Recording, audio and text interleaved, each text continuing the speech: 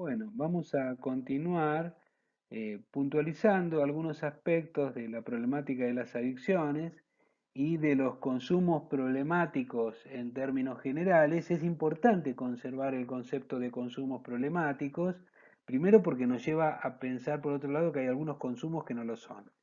Y por otro lado, coloca la problemática de las adicciones dentro de una problemática social que incluye un mandato cultural. Nosotros estamos en una sociedad de consumo, como hemos dicho, y que se hace del consumo un hecho cultural central. Recordamos la resistencia que siempre aparece cuando se rompe el sentido común. Llevó esto a Paul Ricoeur a llamar a Marx, a Nietzsche y a Freud los maestros de la sospecha, porque ponían en juego los paradigmas que van existiendo. Esto se da en todos los campos de la ciencia y siempre que aparece algo nuevo. Pero nos vamos a hacer referencia a un concepto de Sigmund Freud que define como imposibles al hecho de curar, educar y gobernar. Y ¿qué es lo que está queriendo decir él con esto, no? Está diciendo que es materialmente imposible. Entendemos que lo que hace es referirse a la cualidad del sujeto, ¿no? Que digamos que en un proceso de intentar curarlo a alguien de algo, no se logrará si el sujeto no participa activamente en ese proceso. La educación no debe ser pensada como imponer una idea al otro, sino que en todo caso será el sujeto el que decida cómo actuar con su vida. Y con respecto a gobernar, ¿qué decirlo, no?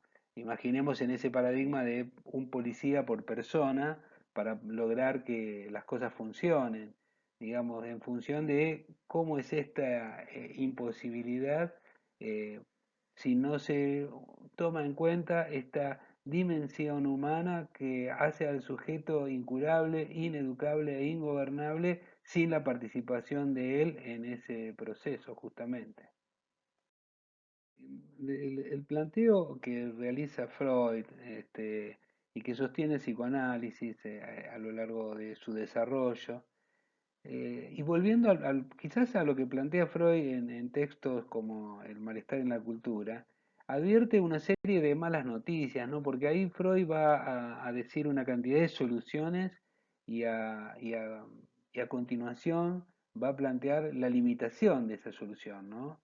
Él habla de las contingencias que pueden pasar en la vida con todas las fuerzas de la naturaleza, los vínculos y el cuerpo mismo y la posibilidad que tiene el cuerpo de autonomizarse en el sentido de tener procesos patológicos que van mucho más allá de la posibilidad de ser contenidas por el psiquismo, de la repetición, la pulsión de muerte, el egoísmo, las ilusiones del yo, la fragilidad de la conciencia, el amor y el odio y toda esta cuestión de que las emociones van en esta polaridad donde se contienen una a la otra, y es lo que dice Freud con respecto a que ni siquiera el amor es una solución, porque primero es el odio, y en todo caso es un par, amor-odio, que se contienen en todo caso y en el mejor de los casos mutuamente. Lo que él plantea en el problema económico del masoquismo, es decir, esta búsqueda del sufrimiento de manera activa, va a hablar de la miseria neurótica, de los acuerdos sociales para no superar ciertas formas de sufrir en esta sociedad y del goce en el sentido, ya es un término más lacaniano por supuesto, pero el goce que básicamente podríamos decir que se refiere a esta búsqueda de sufrir en la satisfacción o satisfacerse en el sufrimiento, ¿no? El sujeto se produce a través de la interacción de múltiples determinaciones. Y este es un punto que es importante y que lo vamos a insistir. El sujeto siempre tiene la posibilidad de elegir.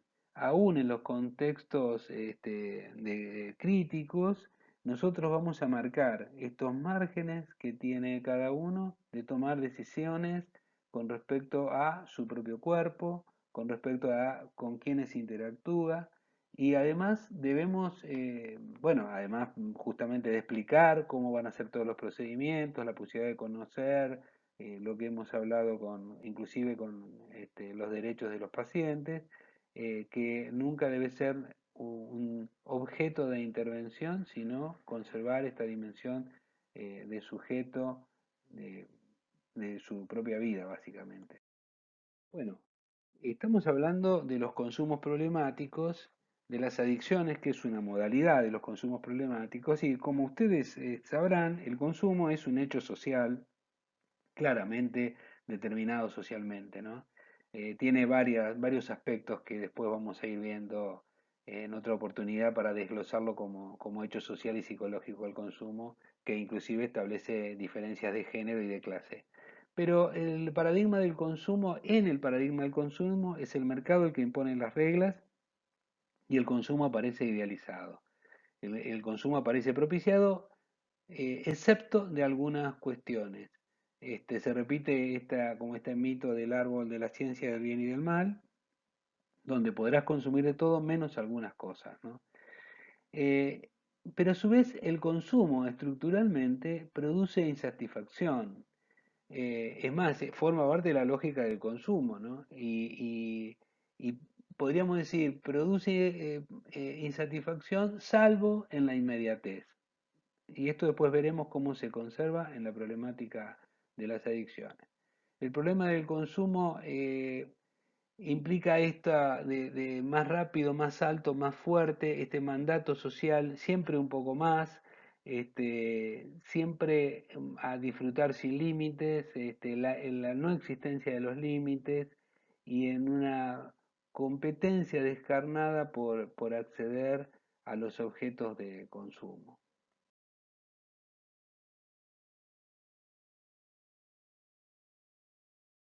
El mandato, bueno, en la actualidad, en este contexto, el mandato es siempre un poco más, ¿no? Siempre buscar un poco más de todo, digamos.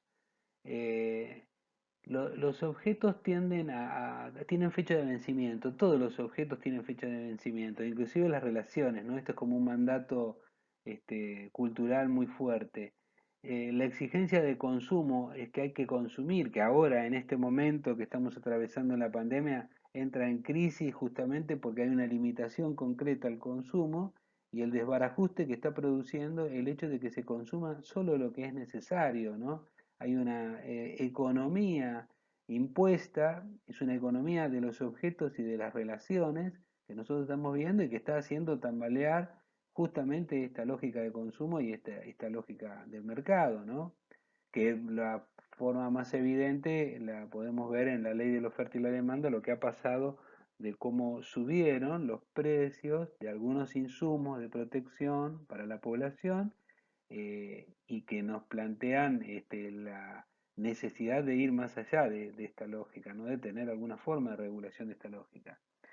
El sujeto endeudado, el sujeto encerrado, un paradigma que antes podíamos pensar el control social en términos de Foucault como el paradigma del encierro, y Deleuze va a decir que el paradigma del control social no es hoy el sujeto encerrado en un manicomio o en una cárcel, sino es el sujeto endeudado, pagando con su tiempo, con el tiempo de su trabajo, con su tiempo de vida, justamente los objetos de consumo.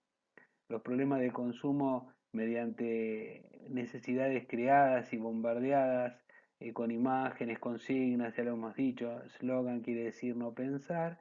Y la otra problemática, que es un poco la que nos vamos a ir refiriendo, es las adicciones cuando se presentan bajo la forma de la violencia, cuando se presentan bajo la forma de la urgencia y las adicciones fundamentalmente cuando se presentan bajo las formas del exceso. Esta dimensión del exceso en las adicciones es una situación que se ve reflejada en los servicios de medicina de urgencia y en los distintos incidentes que visibilizan los consumos problemáticos desde una perspectiva sanitaria. Lo hemos dicho cada vez que hablamos de sufrimiento, encontramos la posibilidad de calmar ese sufrimiento mediante los consumos problemáticos. Es decir, que hay una relación estrecha entre el sufrimiento y el consumo, justamente por la imposición de esta lógica que veníamos hablando, ¿no? Eh, Tomamos algunos de los puntos que ha desarrollado Rosana Onoco en su trabajo, en el trabajo que le hemos dado para leer, pero vamos a plantear que la violencia, en la época actual, digamos, la violencia sustituye la mediación por la palabra, ¿no? Lo vemos esto permanentemente. Vemos subjetividades frágiles, violentas y violentadas. eh, la fragilización y el estado de vulnerabilidad, que como lo hemos dicho, no es una propiedad de los individuos, es una propiedad del sistema. Claro que sí, es fácilmente atribuible a un individuo que hace de representante de algunas entidades que socialmente se establecen, ¿no? Y que luego son estigmatizadas. Hay una degradación del patrimonio simbólico, hay una búsqueda de reacciones impulsivas y de respuestas inmediatas a las problemáticas entre los mecanismos de espera. Esto lo vemos, por ejemplo, en una tendencia a la negación del duelo, ¿no? A la negación del duelo y de emociones coherentes con algunos momentos de la vida que tienen que ser negadas maníacamente, ¿no? Estar feliz todo el tiempo, ser joven todo el tiempo y responder a los modelos hegemónicos. Hay una referencia concreta a la naturalización de la mortificación de las mujeres, sobre todo en los sectores populares, que se traduce en una forma más de manifestación del modelo patriarcal. Consumos problemáticos en general tiende a compararse o a ponerse en el mismo lugar que la temática de las adicciones. Y la temática de las adicciones, digo, apartarlo de lo que significa los consumos problemáticos entendidos como consumos culturales, es decir, situaciones que son determinadas culturalmente, económicamente y socialmente, y que son producto de las formas de relaciones que tenemos en nuestra sociedad. Tendemos a focalizarnos en las adicciones, ¿no? Marcando esta dimensión fundamentalmente de problemática individual, pero además centrándonos en las drogas ilegales, atribuyéndole desde un punto de vista fetichista y maniqueísta la depositación de todo lo malo en esa sustancia y en lo que hablábamos antes, ¿no? En enfoques simplistas de la problemática, olvidando que quizás tenga algo de bueno, al menos para alguien, para que esto se sostenga en el tiempo. Fuertes resistencias para reconocer, a pesar de que está cambiando en la actualidad, o hay procesos, algunos procesos de cambio, ya lo vamos a ver, eh, para cambiar un modelo represivo y de control social sobre esta temática que indudablemente no ha dado resultados a lo largo del tiempo, ¿no? La estigmatización, es decir, sigue siendo el uso de drogas una forma de estigmatizar en nuestra sociedad y de anular a los sujetos. Y el otro concepto que vamos a encontrar mucho es la escalada de drogas, ¿no? Esta es otra visión del sentido común, es decir, esta idea de que se empieza por una droga y se sigue por otras y que hay un circuito de mayor gravedad y que se repite con una idea errada, que además no es errada, esto forma parte, claro, del sentido común, ¿no? De la escalada, de que se empieza por una cosa y se sigue por otra en una escalada finalmente destructiva, sin diferencias ni de individuos, ni de sustancias, ni de contextos, ¿no? Como si fuera todo igual en todo el mundo y en cualquier lugar del mundo.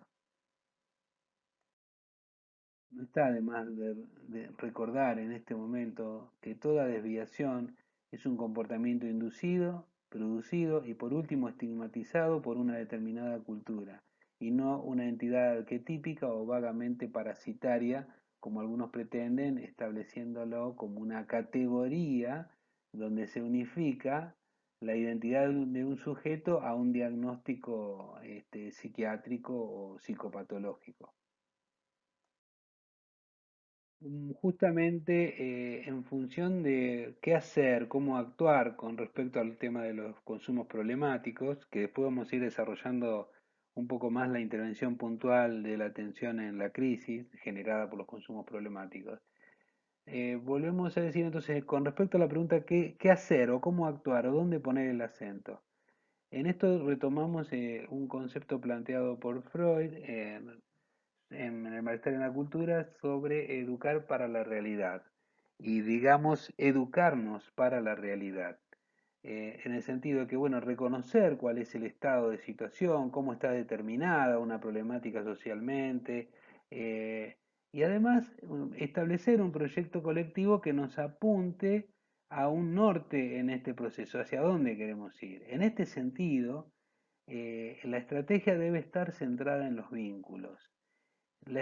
Si cuando nosotros decimos si el consumo no es la solución, ¿por dónde pasaría la prioridad? ¿De dónde deberíamos poner el acento? El acento debe estar puesto en los vínculos, en la construcción de los vínculos, en el cuidado de los vínculos. Esto debe ser lo prioritario, incluida la utilización de sustancias psicoactivas en nuestra sociedad, ¿no? Cuando esta conducta se da en un marco de relación con otros o se da como una entrada a los procesos de estigmatización, de aislamiento o de comportamiento violento o que se encuadra dentro de lo que hemos visto en algunas clases con el enfoque de Jaime Breil sobre la determinación social de la vida y de la salud, que les pido que por favor vuelvan a leer los artículos que hemos estado trabajando, ¿no? Que cómo se determina desde la sociedad general,